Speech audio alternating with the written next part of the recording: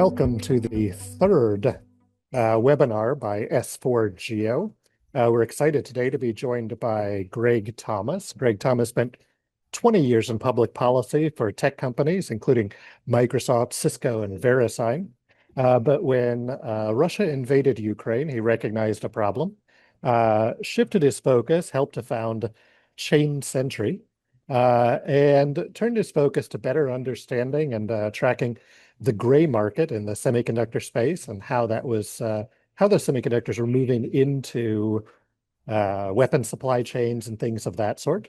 I'll let him explain that a little bit further when we get into this, but for today's session, reminder to everyone, you can type your questions anytime into the chat, and we'll manage the questions for everybody as we go through that. After the presentation, we'll have a formal Q&A, but during the presentation, we may ask for some clarification as well. And for those who are joining, this is a great opportunity to kind of look at one of the slices of risk that's perhaps not always fully appreciated, and we'll get a better understanding not only of what this risk is, but how to look at it and how to better understand it. So Greg, I really want to thank you for being here, and let me hand it over to you. No, thank you very much, Roger, and I appreciate the time and the opportunity to talk about this subject. It's kind of it's become a near and dear topic to my heart, I guess. I started a company, as you mentioned. I started ChainSentry to address the issue of U.S. technology being diverted to adversary weapons because of this kind of recurring nightmare that I was having. That at someday, very soon, that there would be U.S. soldiers that would be facing weapons that were only possible because of U.S. technology on the battlefield. And so, I dove into this problem and had no idea what I was really getting myself into. But I'm excited to be able to share some of what I've managed to learn and with your audience. And so, what I'd like to do today is I'd really like to reframe the way that we think about the semiconductor gray market. Because for a long time, most of the industry, they treated it really as a secondary commercial phenomenon, right? It's messy, imperfect. It was annoying. It was an irritant. But in reality, it served a purpose, and it was a market efficiency purpose. But what has happened but it was a market efficiency that developed in a very different strategic environment than the one that we're living in now, and that we will be living in for the foreseeable future. And so, as these things update, we need to update as well. And I think that this has obviously it has major implications for U.S. companies, for Western companies, and for the officers and others that have fiduciary duties to the corporation. And so, basically, like the gray market, what happened? The gray market, as I mentioned, it was developed to reduce commercial friction in a strategic environment that no longer exists. And that's really kind of the starting point for the journey that we're going to take together right now for the next little bit of time here. But I think it's important to note that the old logic wasn't imaginary. There were very real commercial reasons for this market to exist, for there to be a gray market. But the assumptions that once made it tolerable have been overtaken by the changes in the geopolitical environment, by the dramatic shifts that we're beginning to see with enforcement, both in the U.S. as well as within our allies, and also with the strategic use of technology. And I'll talk about each of those a little bit more as we get into this. But I think that we need to kind of understand, what was this market originally for, right? Well, so it existed for a reason, which was to solve real commercial challenges. And so for the most part, the gray market trafficked in obsolete parts. It trafficked in parts that were end-of-life components or, small lot replacements. The chip manufacturers have historically maintained a lot of what I would call discipline over what happens with their products. And, and so this gray market developed because where there's demand, you're going to have, supply will come to meet it. As I mentioned, for a long time, this was very manageable, and it was manageable because the market was serving commercial demand. It wasn't being systematically exploited for state-directed procurement. And, that distinction really matters. And the argument that I've been making is not that the gray market it's inherently illegitimate. It's become available or co-opted by a very different kind of actor with a very different kind of agenda and incentives. To this point, then, would you say that the gray market itself evolved or developed effectively to allow flexibility in a system that was focused on, just in time or focused on always moving in advance, and the gray market allowed that space for tail end, for follow on, for surge, for things of that sort? Yeah, for sure. I mean, like when there would be supply chain shortages or whatever, obviously the secondary market would loom large, right? Like we saw this during COVID when when the world was shut down and when there was a lot of shortages, is that the secondary market, the gray market, it was in some cases had the only supply in town. And what's interesting is that the margins for them, it's a very lucrative business. If you go to a semiconductor trade show, you're going to see the chip makers like Analog Devices and Texas Instruments will have large booths. And then there will be an independent broker who's not authorized to sell anybody's chips, and he'll have David Hasselhoff doing photo ops in his booth, right? And so, when you talk about like the difference in terms of business and scale, the secondary market, it does serve a purpose, and it's also very lucrative. So the way that the gray market developed was a unique phenomenon that happened during the 40-year, what I call the unipolar moment, where the 40-year historical hallucination. It was a single superpower, a hegemon, however we want to describe it, but because of that set of circumstances after the Berlin Wall fell, for roughly 4 decades, American power expanded in large part, through the widespread adoption of American technology. And that wasn't an accident. It was really, I think, a key feature of the post-Cold War order. And because of that, we saw firms and regulators optimized for growth and for scale, which meant that when you think about what compliance may have been in the 80s and with what compliance then became in the late 90s through the 2000s, is, compliance in many respects became a paperwork exercise. And that's why I'll refer to this later. The licensing process became a paper shield, which was really about managing liability than it was about managing where the products actually ended up. But that was all great and good because there was just America. We were the only game in town, and it didn't really matter because we wanted everybody to be using the American stack, and ubiquity was the game. And, the assumption that was underneath all of that was that the spread of American technology was broadly aligned with American interests. But that changed very dramatically and this illusion, I guess you could call it. It was broken in a very public way on February 24th, 2022, when Russian tanks roared across the border into Ukraine. And that's kind of a little bit of a long setup, but I think it's really important because the rest of what I'm going to talk about is about the risk that's inherent in companies that continue to operate as if we're still in that same situation, because we're not. And so, the inflection point, as I mentioned, February 24th, 2022, Russia invades Ukraine, and within weeks, intact Russian weapons are being recovered from the battlefield. Within months, American components are being documented on weapons that are being used against Ukrainian civilians. Kinzhal ballistic missiles. They take 54 U.S. chips that was used to destroy the Ukrainian Children's Hospital. Right, That's why I think that this really is the inflection point, because what it did was it exposed the gap between what the control environment was saying on paper and what was actually happening in the world. Right, we had these export controls, or we had this control mechanisms, but it had contact with reality, and it was shown to be basically false. And so basically the 4 questions that I think are important to answer are, there's the operational impact, which is to answer the question, and this is from a company perspective, right, a firm's perspective. What does it mean, when plausible end use is an adversary weapon? When you make something where the plausible end use is actually, this is a question, probably a board level question, right? There's analyst signals, right? So what can you actually see when diversion is 3 or 4 counterparties that are downstream? The OEMs, the chip makers, will say that they can't generally see beyond 1 or 2 hops. But what can actually be seen? And like my company, for example, we go to where the chips are now, where they're not supposed to be, where they're being marketed inside of the gray market. And that's kind of where we start. So we don't even pay attention to the OEM.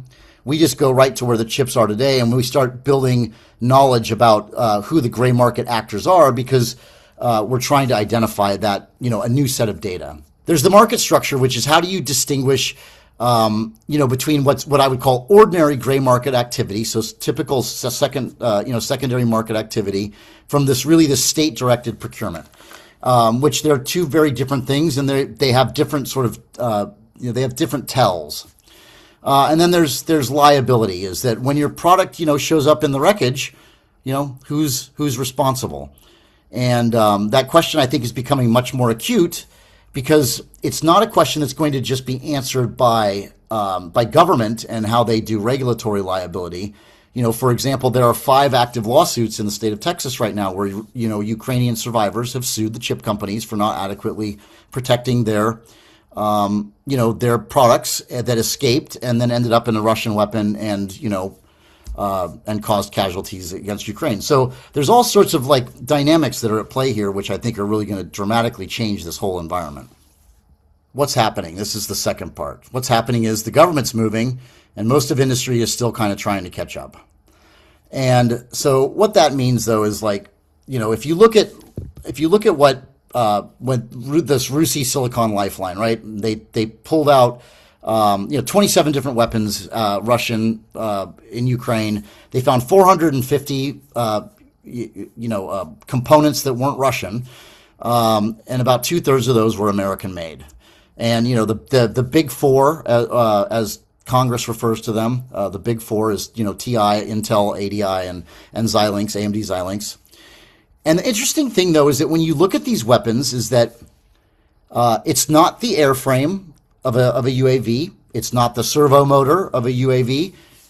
It's really the brains that's doing the guidance and the navigation and the targeting. And why that's really interesting is that in 21st century, hostilities are very often decided by who can close the kill chain the fastest, which is when, moving from identifying a target to acting and then assessing.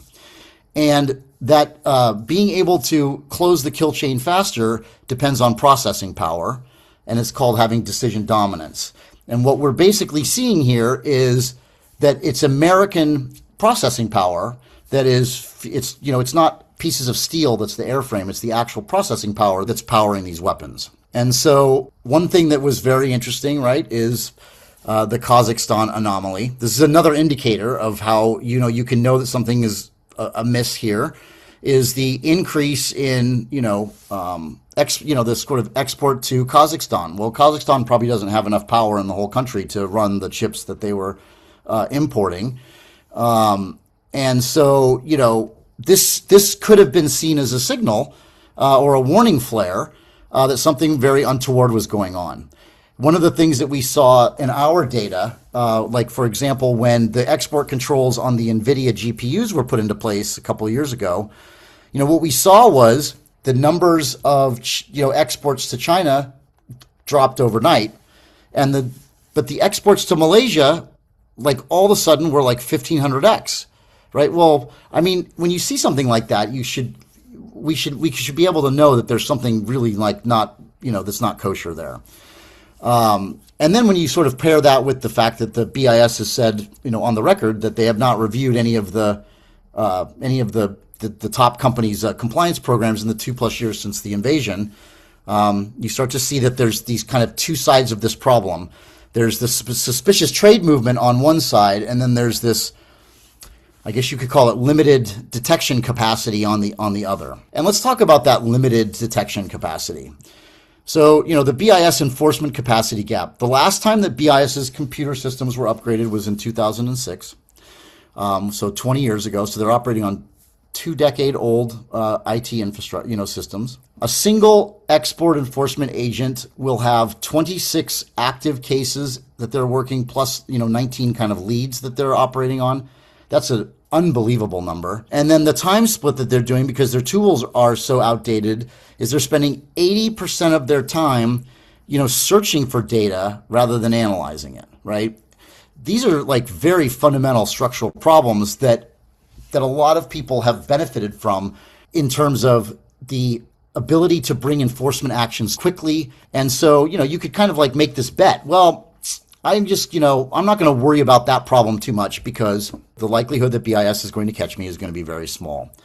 And if they do catch me, the fines will most likely be the cost of, they're not going to be, they're not going to be existential. And the likelihood that BIS catches me twice or, dings me twice is basically non-existent. And one of the major principles in sort of this kind of idea of criminology and the psychology behind this is that, it's actually far better for encouraging behavior that you have consistent regular enforcement actions rather than the occasional black swan where you have a very large fine. It's better to have consistent, that's better for encouraging the type of behavior that you want to see. But the reason why I bring this up is because this enforcement gap, this enforcement capacity is closing very quickly. So I'm going to go into the budget numbers in a little bit, but the budget increases that are happening year over year starting in FY25 and now looking at FY27 have been over 100% year over year, which means that basically, BIS is essentially doubling its size from a budgetary perspective, each year. And of course, when Congress will appropriate that kind of money, they expect to see results out of it as well. There's two things that strike me worth exploring a little further. One is this question of the geographic divergence, right? And you obviously see that in the chips. We have the Kazakhstan example, you have the Malaysia example. With that, just are we looking at the end user basically setting up shells, or are we looking at the middleman countries having people setting up and simply taking advantage of that geographic arbitrage and acting in that way? So when we're thinking about this from a company perspective, are the suppliers still dealing with the same people, or are there new people coming in? How are they seeing that? I think that's one thing that jumps out at me. I mean, so it's actually kind of a little bit of all of the above that we see, right? Like there's definitely a lot of innovation going on. There's a lot of, so like the pathways from the West to China and the pathways from the West to Russia are very well capitalized. So there's a lot of money in them. There's a lot of investment that happens from the state to make those. But from what we can tell with what we're seeing today is they're trying to piggyback on the legitimate sort of pipes that are already there, right? They're trying to be, it's funny because like to get the parts to build a Shahed 136 drone, it's not like it's some 007 James Bond escapade that's going on. It's really pretty mundane, right? And this is how diversion works. You've got an authorized distributor that takes the chip from one of the OEMs and they sell it to an independent broker. An independent broker sells it to a shell intermediary, and that's where everything starts to go wrong. And then somehow it ends up in one of these transshipment hubs, whether that's the UAE or Malaysia or Hong Kong, something like that, right? And what's interesting, though, is that each one of those handoffs adds a mountain of paperwork, which nobody ever looks at, but yet makes it very, very difficult to reverse engineer how the part got to, where it got to. So, like, for example, I'll give you an example of that. So in 2024, Iran attacked a U.S. outpost in Jordan and killed 3 U.S. soldiers with a Shahed 136 drone. Shahed 136 drone uses 82 U.S. chips. And one of the things that the investigators had a real challenge doing was trying to trace the parts back to how they escaped, right? These specific parts that they had from the remnants of the weapon. And it's because of these different hops they go through, and very few of them are set up though to be illegitimate. Now the shell that gets set up, that's an illegitimate thing. It's just set up. But like the independent broker is some dude that's just like trying to move chips as fast as possible, and they are operating in a system which was optimized for scale, volume, and velocity, and had nothing at all to do with control, right, and visibility.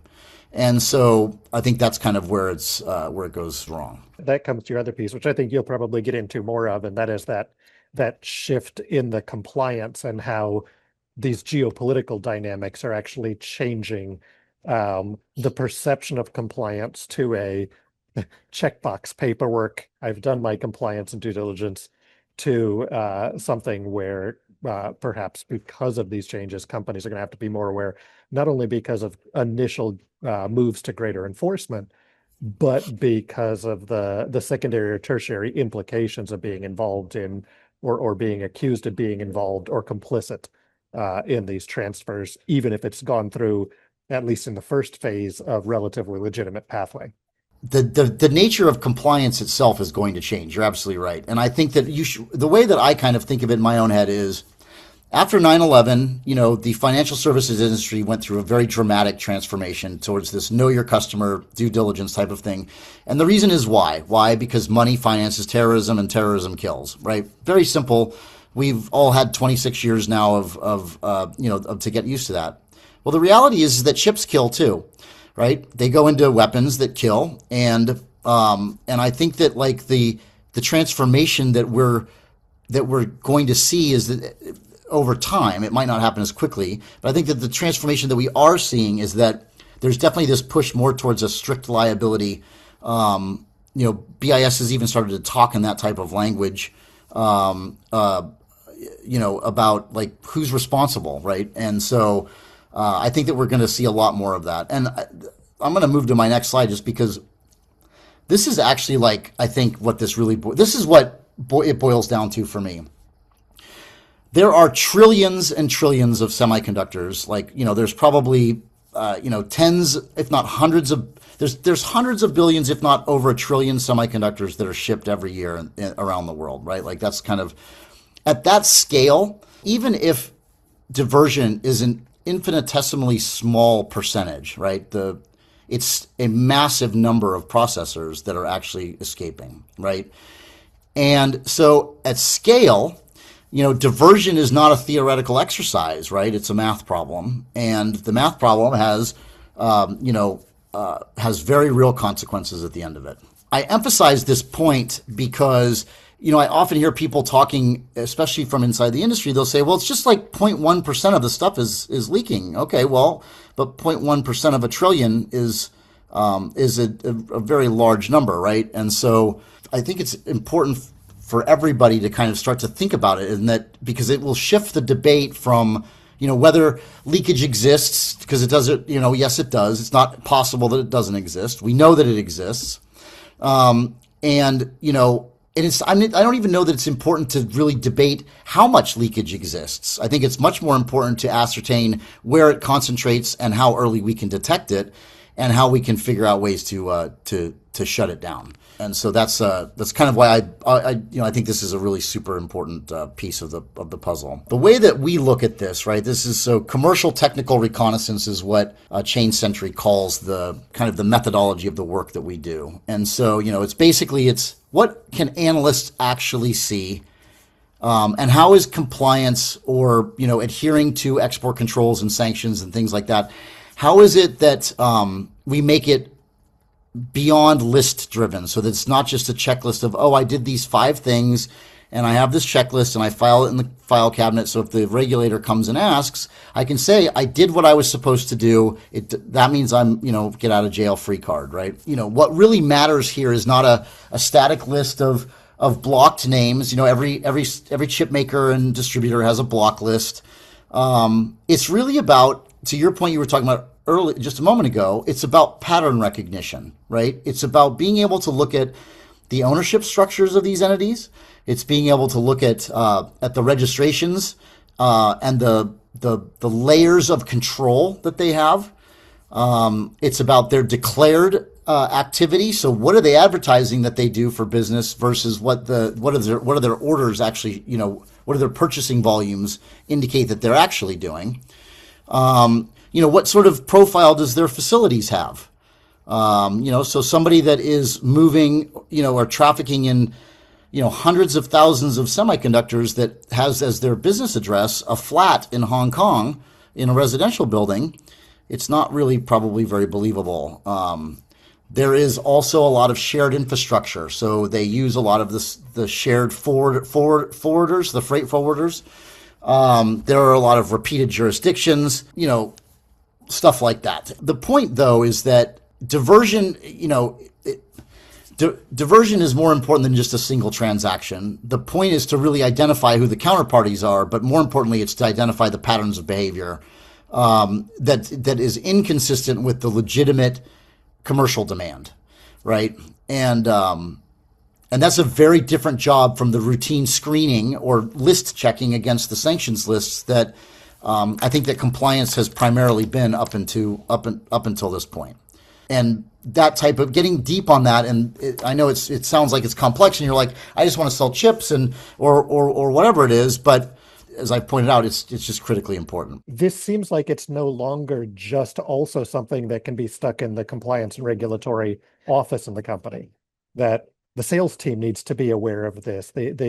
Despite their incentive to sell rather than to not sell, that the responsibility seems to move across different departments in the company, and therefore the sort of understanding of this or other risks is something that should be somehow shared across silos rather than left in a single department. So whoever asked that question or made that comment or asked that question, I mean it's critically important, right? Like this is compliance, as I've said before, it was a box checking exercise. They had a list, they had a protocol they followed. As long as everything was checked off on the box, they knew they were going to get out of jail free. They couldn't be held liable if something went wrong. But that's not the world that we're in anymore. And you're absolutely right that it's the engineering team, it's the operations team, it's the sales team. The most often the problem where things go awry inside of a chip company is when with compliance is when the sales team gets involved, because the sales team wants to sell.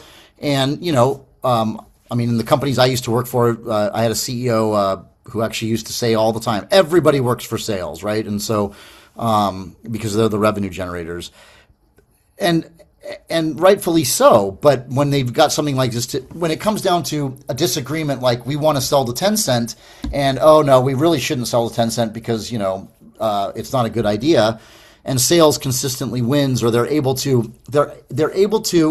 Often I see this happen where the discussion never even happens because people are pre-censoring themselves because they don't want to end up in an internal conflict. So it's actually an internal politics issue.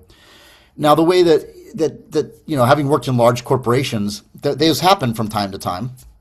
The way that you have to have executive sponsorship of the solution. And you have to have good lines of kind of cross organizational communication. We used to call them V teams or virtual teams, where you'd have people from all across the company that would get together and sort of be a unit to solve something. These cross-disciplinary teams.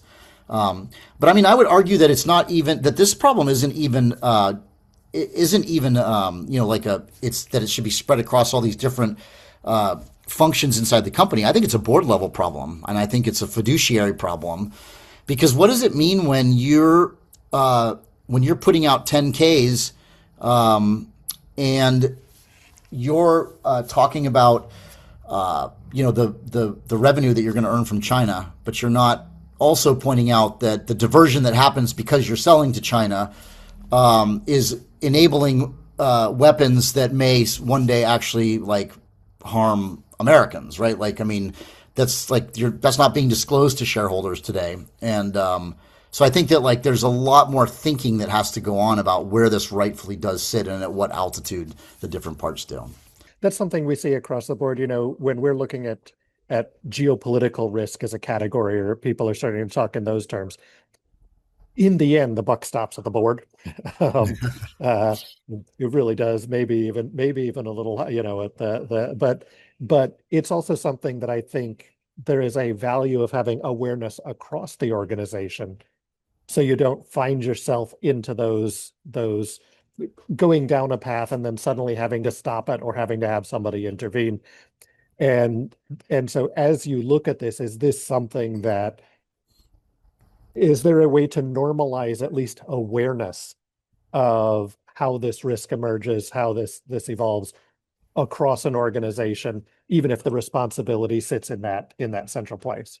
I mean, it's interesting that you raise that because, like, I think that this is ultimately what will rationalize it, right? Is that there's a very distinct trend, a trajectory that's happening with BIS enforcement actions, and the numbers are getting big, and they're not listening or accepting any of the mitigating factors that they used to use, and so. The Seagate one, which was the largest BIS enforcement action in BIS history, in U.S. export control history, it really shows the scale of what they could do. But what was interesting is about the Haas automation, which happened last year. The numbers aren't big, but what was very interesting was that they had a very exceptionally well documented justification or mitigation about that they did really have an authorized distributor who kind of went off the rails. And BIS didn't care. They said you're still liable, and so they paid $2 million on $29,000 worth of sales. I mean that's got to hurt, right? And then the applied materials one, which is the most kind of recent, very large one. And what was interesting about that one is that BIS didn't confine itself to just the financial penalty part of it, right? They went and demanded structural remedies, and then I don't know if they signed a consent decree, but they essentially put a supervisory relationship over. So they're basically being watched, right? And so if that's the trend that they're going, right, and this has all happened in just 2 to 3 years, where are we going to be in a couple more years as the strategic competition continues to heat up with China? I mean, I just think that the writing is very clear. It's clear on the wall, and I think we ignore it at our peril. And so, as I said, we sold to an authorized distributor. It's no longer a defense. It's been rejected repeatedly. They're not accepting it anymore. The penalties are structural. So there's mandatory audits. There's denial orders. There's these officer certifications. There's it's not just paying a fine. Now they're starting to get all up in your business. And think about how much more they're going to be able to do that when they add all the people they're going to add with the money they're getting. And then the statutory maximum is kind of like. That's kind of where these fines are just at. It's not like they're kind of coming in low. They're really kind of trying to max out and throw the book at them. So this is very, very, very different from how it was just 3 years ago. So I think that we should pay attention to it, and we should understand that it's not escalation rhetoric. It's actually the mechanism of escalation. The government is escalating, right? And so I think that's the key point that needs to be really understood here. So related to that, we have someone asking a question. You're talking about here some of the after action regulations coming in the enforcement piece, and they're asking, one. I think this is about the overall. I mean, we know some semiconductors are already considered dual use technology. Do we think that's going to be sector wide soon? And do we expect significant regulatory changes in the U.S. or abroad in regards to the export of semiconductors beyond some of the small steps that we've seen up to this point, or some of the regulations at this point? Is it going to, I guess I'll add on to that, are we going to start seeing fragmentation of demand chains in the way in which companies can fill them? So yeah, I mean, I think that we're going to be moving from and again, I mean, I'm offering my opinion and my analysis and insight, but I mean, I think that we are moving towards a world that is going, where there's going to be different blocks, just as there was during the Cold War. There will be the U.S. bloc, there will be the China-led bloc, and there will be some smattering of non-aligned states or middle states, whatever they're calling themselves this time.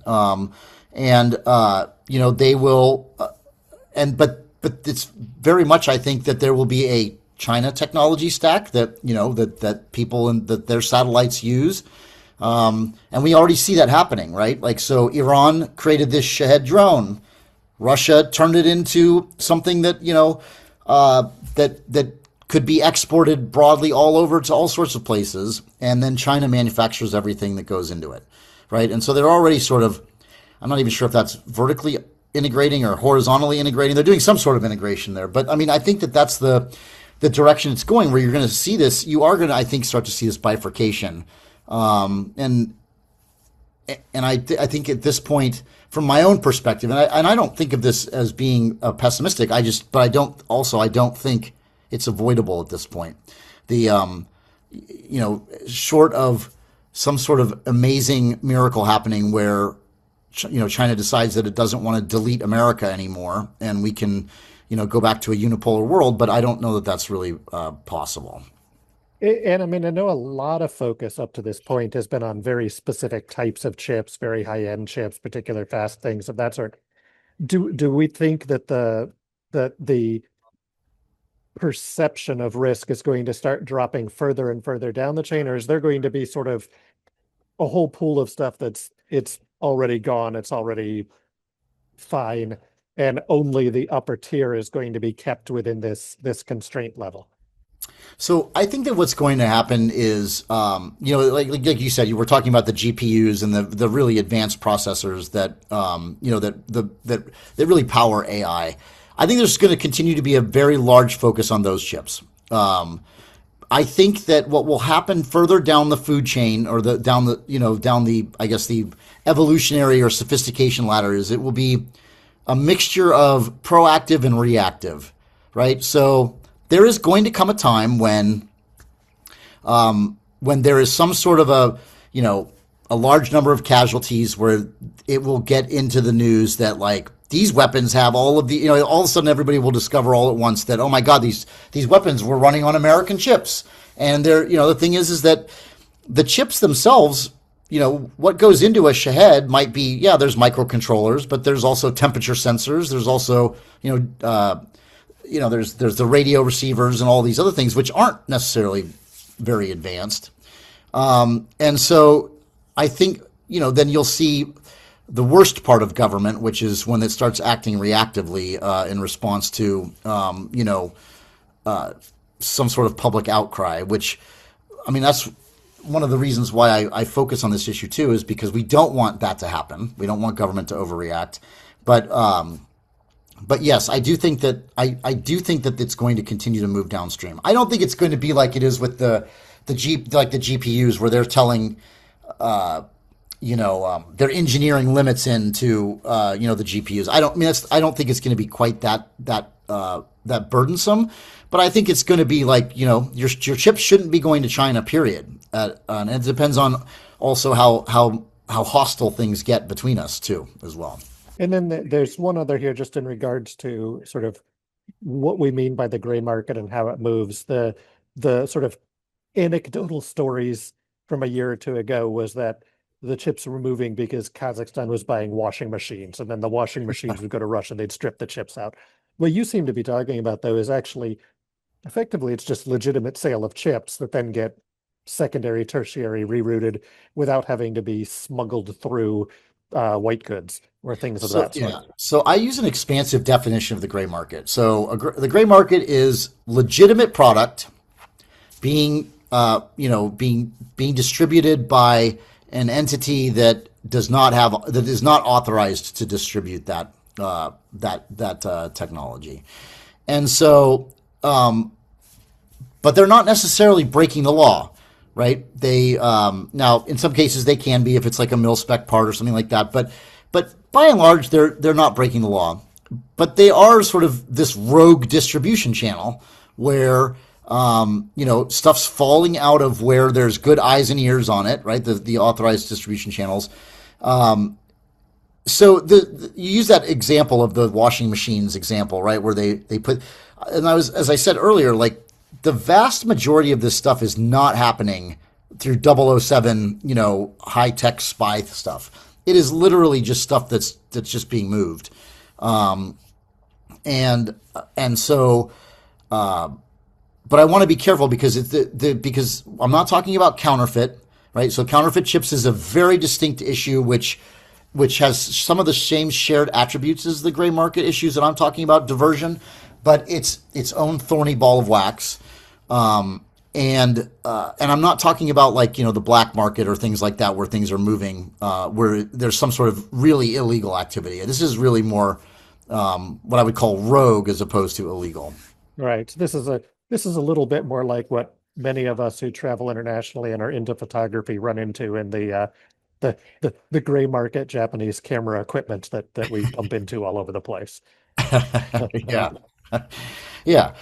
Um, yeah, exactly. So, but I mean, like, I think that it's critical though that it is a legitimate product, and I think that there's this book I read when I was in college. It was called The Banality of Evil, right? Like, I mean, and it's like it's interesting. Like this is it's very banal. Like there's nothing sexy or exciting about this at all, right? Like it was actually, well, like we can talk about the one case that actually has been kind of sexy and exciting, which is recent, which is the Supermicro founder, which. I mean that story literally had it all, right? Like they've got it had catering, it had catering for the people. They were removing labels with hair dryers. They were taking the inspectors to adult entertainment while they were supposed to be inspecting things. So it was quite an operation according to the DOJ indictment. But what you see with that one is like that's translated from corporate liability now to personal liability, right? Like that co-founder and senior VP and board member was charged personally. It was not a corporate criminal activity. And so I don't know where that line is. I think it's way too soon to tell. Clearly with this gentleman, I mean, if even half the indictment's true, yeah, he clearly was engaging in some untoward behavior. But I think there is always that possibility that personal consequences can also start to attach to this type of stuff too. And I think that like the thing like the U.S. government will get its way here, right? Like, I mean, we just need to understand like that what they want to accomplish, whether, they're going to accomplish it, and they don't care what companies they have to steamroll over.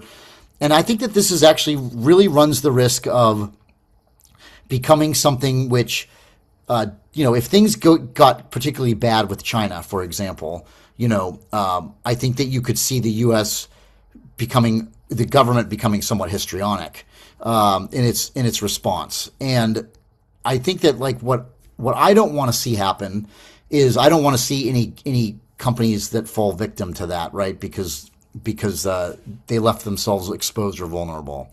And so that's kind of something I want to point out too. It's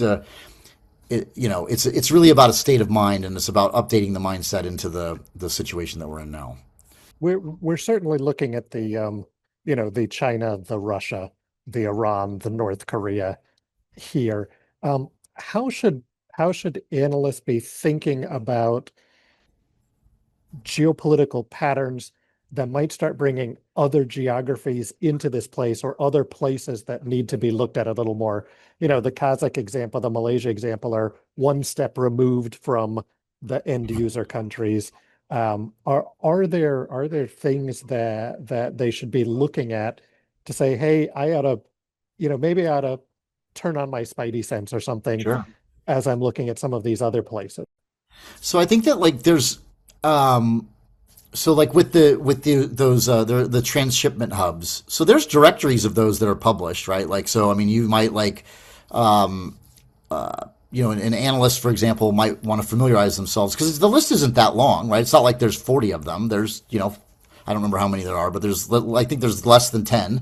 And so that might be if I'm an analyst, and I am an analyst, but if I'm looking at this, I'm going to sort of have my primary sort of things that I'm looking at, and then I'm going to have my secondary and tertiary, and maybe these transshipment hubs are something that I'm looking at, for more of the atmospherics and more about understanding kind of things from a trend perspective, rather than going super deep on Kazakhstan washing machines and that type of thing. But so I would encourage them to, like, the U.S. government publishes pretty solid lists about this, and there are also, I think, think tanks that publish it. So a lot of this information's out there. And Roger, maybe you make a really good point that maybe pulling some of those resources together and putting them into one easy to find place might not be such a bad idea for just a public resource. But yeah, so I mean, I would encourage that they start to look at those types of things, and then actually do look at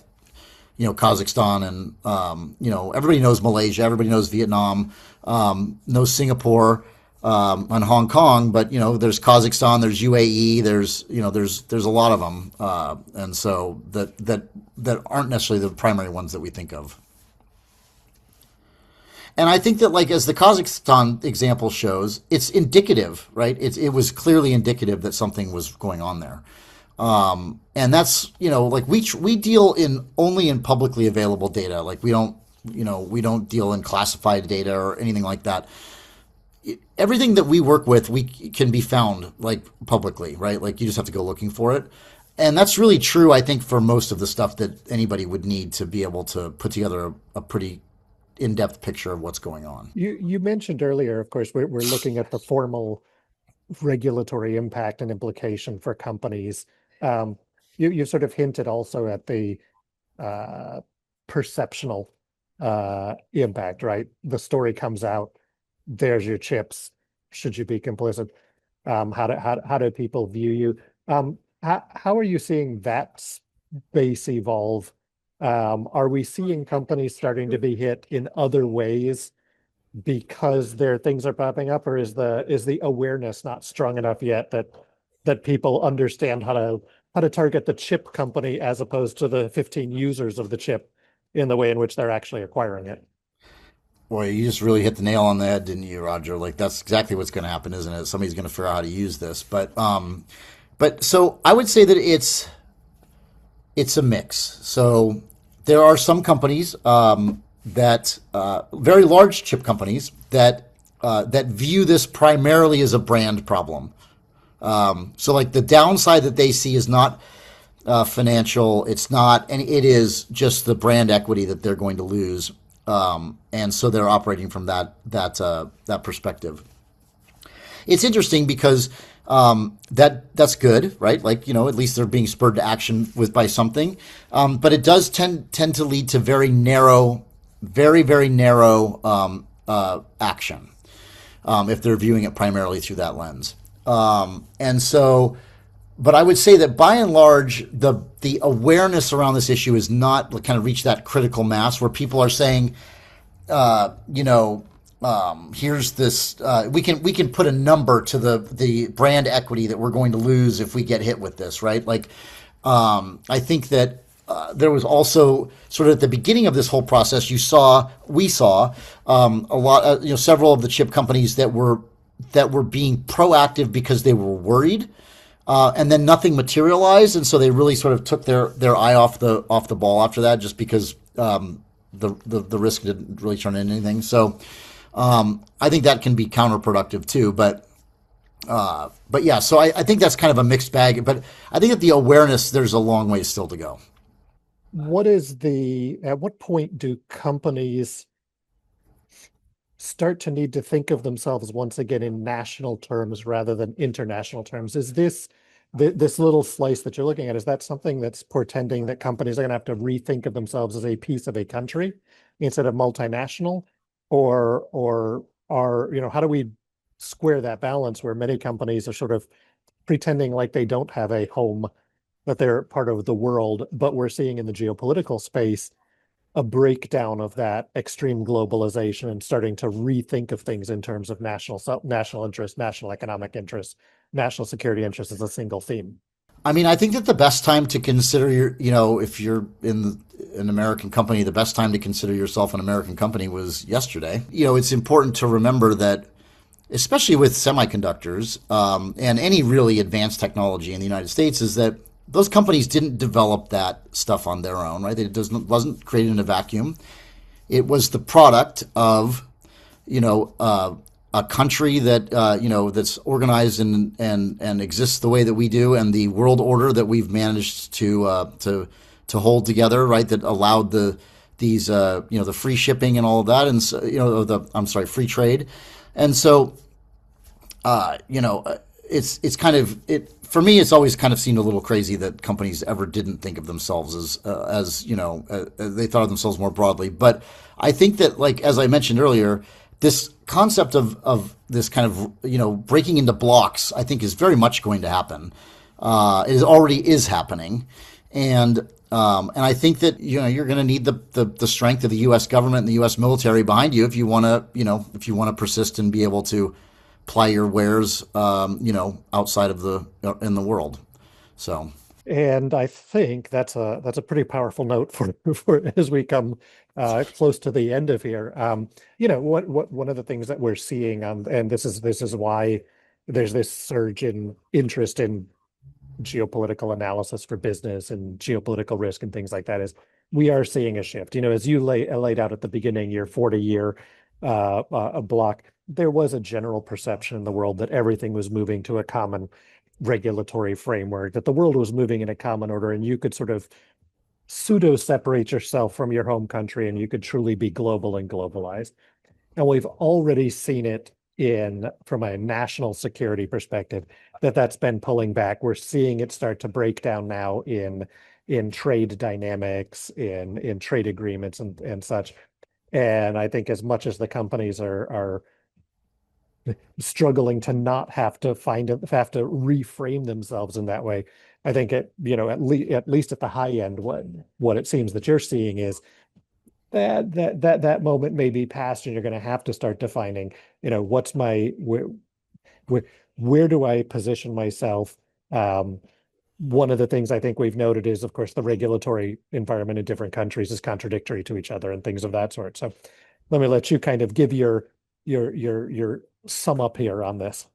I mean, the thing is that that I think is the most interesting thing, and I saved it till the end, so I want to make sure I say it, is that there's multiple bills in front of Congress right now which would essentially create bounties for whistleblowers or just private citizens who manage to put together are able to show that a company is violating export controls and sanctions. And you know what that means is it takes every single one of the employees inside of a company, and it potentially makes them a real problem for that company, right? If they're not behaving the way that they need to be behaving. Because, so basically, I see this as like Congress is looking to deputize the employee base of these companies and say, hey, if you see something, say something. And oh, by the way, if we find them, $500 million, you can have up to 30% of that amount, we'll incentivize you financially. So what that does, though, is that changes the entire economic relationship between the employer and the employee. And, and I think I think this is probably one of the really big developments that's going to help, from a brass tacks perspective, encourage companies to realize that they're just going to have to change their behavior and they're going to have to change their mindset. Because, I mean, 30% of some of these fines sounds pretty good, right? Probably better than the annual bonus that most of them are getting. So I'll take 30% of 250 million. That wouldn't hurt my yeah, pocket. right, exactly. So but yeah, so and then there's obviously the Chairman Cotton's bill, the Chip Security Act, which would put this geographic locators onto the advanced GPUs. Very interesting idea, and it's going to be very interesting. I would just leave it at this: is like, look, I mean, this is definitely not this is not what it was a couple years ago. It's only going to keep getting interesting, and I think that it's the worst thing anybody can do is try to pretend like we're still existing in the pre-February 2024 world, because we don't exist in that world anymore. 2022 world, I mean. Yeah, and I think that's a great point.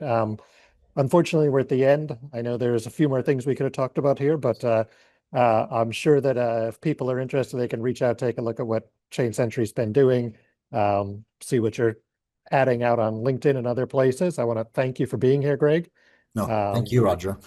And this is great to get some insight into something that I think is just underappreciated or not paid attention to, except primarily from the sort of security and military risk folks. But as you've laid out, it's very important from all aspects of the corporate space.